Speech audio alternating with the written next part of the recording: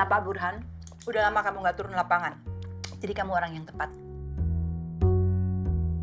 Dalam mempromosikan sebuah film, studio besar rela melakukan banyak cara untuk menarik perhatian penonton. Mau itu dari membuat trailer, publikasi sosmed, atau cara yang paling memorable menurutku, yaitu melalui poster film. Tempat di mana aja kita mesti makan. Gila, banyak banget. Poster adalah salah satu medium paling efektif untuk menjual sebuah film. Hanya dari ngelihat satu poster aja, kita udah bisa nebak lah kira-kira kita mau nonton film yang kayak apa. Ngomong-ngomong tentang poster film, aku jadi penasaran tentang satu hal deh. Kalau ada poster film yang pertama kali dilihat, apa sih? Kalau aku, aktornya. Film mungkin yang akan saya perhatikan adalah dari tulisannya, itu tentang film apa, terus dari warna yang mungkin bisa menarik pandangan mata. Kalau lihat poster film, biasanya pertama kali aku notice itu warna posternya, terus baru habis itu antara judul atau foto atau gambar objek apapun yang paling gede di situ, tergantung. Kalau aku sih biasanya nama-nama aktor yang bermain dalam film itu dan yang pasti desain dari posternya. Kalau aku yang aku lihat pertama kali di poster film itu ya apapun itu yang paling gede sih, entah itu tulisan judul atau kalau nggak gitu gambar aktor atau gambar apapun itu lah. Yang jelas gambarnya, terus habis itu judulnya, terus pemerannya. Aku dalam melihat poster film tuh aku suka atau tertarik pada poster film yang dimana poster film itu menggambarkan kayak membawakan aura ceritanya. Misalkan film horor, tentu aura dari poster yang ditampilkan itu sangat seram. Sebuah poster film biasanya memiliki atribut-atribut ini. Ada judul yang super gede, pose syahdu dari karakter utama film, jajaran nama aktor dan aktris, dan terakhir, detail-detail kecil lainnya yang butuh kaca pembesar buat dibaca. Meski dengan style poster yang berbeda-beda, ada satu hal yang selalu ditunjukkan dengan cara yang sama, yaitu deretan tulisan ini nih, yang berisi informasi para kru film. Poster film ya? Karena aku kan soalnya udah bergerak di industri ini, jadi ya otomatis kalau aku, yang tak lihat pertama itu siapa yang bikin, nama aktor loh ya, nama director atau produsernya, kayak nama yang bikin karyanya. Di balik layar, sutradara dan produser memegang peran yang vital dalam pembuatan sebuah film. Tapi sepertinya banyak orang masih belum terlalu tahu deh, tugas produser itu ngapain sih? Apalagi kalau kita mulai ngomongin tentang jenis-jenis produser ya, ada produser, line producer, executive producer. Tugas mereka itu ngapain ya?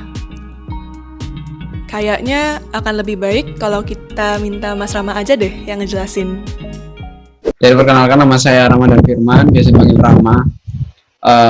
Saya sendiri sebenarnya kalau secara job desk biasanya di produserial, tapi memulai karirnya sebagai DOP sebenarnya. Mulai terjun ke video sendiri itu tahun 2014 kalau nggak salah waktu itu, karena kegiatan kerelawanan. Kalau teman-teman tahu Indonesia Mengajar waktu itu, ya itu sempat bantuin teman-teman IM untuk istilahnya cuma dokumentasi video sih pada saat itu. Awalnya aku geraknya di foto. Nah, kilas baliknya dari situ mulai kulik-kulik soal video, terus mulai masuk ke dokumenter awalnya sebagai DOP. Nah, akhirnya per tahun 2018 kalau nggak salah mulai coba jadi line produser dulu sebelum masuk ke produser. Mas Rama adalah salah satu produser dari Surabaya yang sudah terlibat dalam berbagai macam proyek. Dan sekarang mungkin dia juga adalah orang paling tepat untuk bisa membantu kita. Pak produser sendiri kan sebenarnya ada turunan juga, ada turunannya. Nggak hanya produser doang, kan ada namanya executive producer, terus ada line producer, terus ada unit production manager, kayak gitu kan. Itu sebenarnya produser semua, cuman mereka punya job desk sendiri-sendiri, dan kebutuhan adanya mereka pun itu menyesuaikan dengan project yang ada. Ada namanya executive producer. Executive producer itu kalau misalkan kita tahu itu orang yang punya duit atau orang yang bakal nyariin duit. Intinya itu ada hubungannya sama duit. Itu executive producer. Jadi stratanya itu dia yang bagian nyari duit, dan biasanya mereka itu nggak ikut terjun langsung dalam produksi. Terus ada namanya produser, misalnya line producer ya. Line producer itu, line producer ini sebenarnya di setiap produksi juga ada bisa ada 1, 2 atau 3 tergantung skop produksinya sebesar apa kayak gitu. Intinya tugasnya itu adalah ngebantu produser utama buat sebenarnya nge-backup produser utamanya sih. Tapi untuk segi job desk-nya dia apa itu tergantung produser utamanya butuhnya dibantunya dari segi apa. Ada namanya unit production manager. Nah itu bawahnya produser juga, tapi dia lebih jadi manajer unitnya. Jadi kalau misalkan kita ambil contoh ketika produksi film gitu ya, itu kan biasanya director kan punya pos sendiri tuh, punya istilahnya ruangan khusus gitu kan untuk dia duduk terus cut action, kan punya ruangan sendiri. Ada beberapa director yang dia nggak turun langsung ke fieldnya, ke lapangannya, jadi dia cuman nge-briefing Astrada untuk pada akhirnya Astrada nge-briefing talent untuk act-nya bakal seperti apa. Nah, di situ ada namanya UPM. UPM itu yang juga ikut terjun ke lapangan, ngedampingin kru-kru unit di lapangan. Sementara produser intinya itu lebih ke ruangan yang sama dengan director untuk kayak mendampingi director sama mendampingi klien. Mungkin kalau misalkan kasusnya adalah itu adalah project yang client base kayak gitu. Jadi kan harus ada satu orang yang istilahnya ngelem klien lah ya, meredam atau gimana caranya biar klien ini nggak terlalu musik produksi kayak. Menjauhkan klien. Ya, menjauhkan klien dari teman-teman produksi kan udah capek tuh. Nah, tambah ada klien yang agak cerewet, aduh, buyar itu produksi bisa. Nah, itu kita butuh UPM untuk yang di lapangannya. Oke. Mendengar jenis-jenis tadi, aku bisa lebih paham dikit lah. But in the end, Mas, apa sih tugas inti dari seorang produser tunggal? Terus sih, jadi ada benernya kalau ada yang bilang cari duit, tapi nggak melulu cari duit. Sebenarnya lebih ke yang tak tangannya lebih ke gimana nge-manage biar produksi ini bisa berjalan dari pra sampai post sampai produk itu jadi. Pertama yang jelas ada triangle system itu tadi. Jadi di pra produksi itu yang paling awal adalah jelas ini sih soal ide kan, develop ide. Setelah itu untuk memperdalam skripnya, berarti kan si director sama skrip kan harus riset. Ini masih pra-prod ya, harus riset, terus harus konsep, harus detailin lagi skripnya biar si produser lebih ke gambar lagi. Jadi sampai jadi mood board yang dibikin sama director. Nah dari situ udah dapat mood board, skrip udah dapat, akhirnya si produser udah mulai tuh nge-hire berapa kru. Jadi udah tahu kebutuhan krunya bakal berapa dan siapa aja kayak gitu. Terus setelah udah dapat kru-kru intinya, nah nanti kru-kru yang inti nanti itu bakal cari kru lagi untuk ngebantu dia. Misalkan art butuh asisten art kayak gitu. Misalkan location manager butuh asisten location manager berapa orang kayak gitu. Nah, setelah terbentuk kru itu tadi, crewingnya udah lengkap, baru kita adain PPM pertama.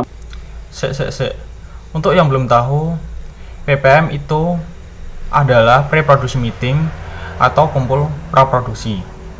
Camkan itu di kepala kalian. Karena habis ini kita nggak akan bisa lepas dari yang namanya PPM. PPM pertama itu biasanya udah mulai masuk ke mood board, penjelasan penjelasan treatment dari direkturnya. Nah, setelah dari BPM pertama itu kan sudah keluar tuh kebutuhan lokasinya bakal seperti apa, terus kebutuhan talentnya bakal seperti apa, terus kebutuhan konsumsi, kebutuhan transportasi itu bakal seperti apa. Nah, dari situ udah mulai kita jalan dengan job desk kita masing-masing. Ini masih pre-production ya. Mulai udah ada kayak location hunting, terus sudah ada casting, terus sudah ada hunting-hunting yang lain kayak hunting transport, hunting konsumsi. Setelah hunting itu nanti si director milih lokasinya di mana, terus sesuai dengan budget kita apa enggak, baru kita ngadain reki. Nah, habis itu shooting day-nya kan produksi. Ya udah produksian syuting doang. Produksi itu aja, habis itu masuk ke post pro. Ya udah mulai ke offline editing. Offline editing kan ngikupin soal rough cut gitu kan. Jadi editan pertama yang masih cut kasar kayak gitu, yang coba nyusun berdasarkan skrip yang udah kita bikin. Habis itu pick log. Kita log picture-nya. Terus habis itu setelah pick log udah masuk ke online. Online itu apa aja? Online itu ada color grade, terus ada animasi, barangkali di dalamnya ada animasi kayak gitu.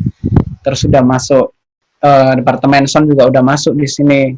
Habis itu udah di mix, habis itu preview ada sekitar 1-2 kali preview untuk pada saat terakhir baru di deliver dengan mastering kayak gitu. Dan terakhir jadi deh filmnya. Di sini seorang produser bertugas untuk memastikan produksi film bisa berjalan sesuai dengan rencana. Dari ide yang paling mentah sampai menjadi karya audiovisual terbaru. Kalau hanya tugas ngawasin aja, kenapa masih banyak orang yang belum mau jadi produser ya, Mas? Oh, lo nggak bisa campur aduk. Oh ya, ingat, ini yang perlu diingat. Setiap produksi itu nggak pernah ada yang berjalan dengan sesuai dengan rencana. Pasti ada elemen kejutannya kayak gitu.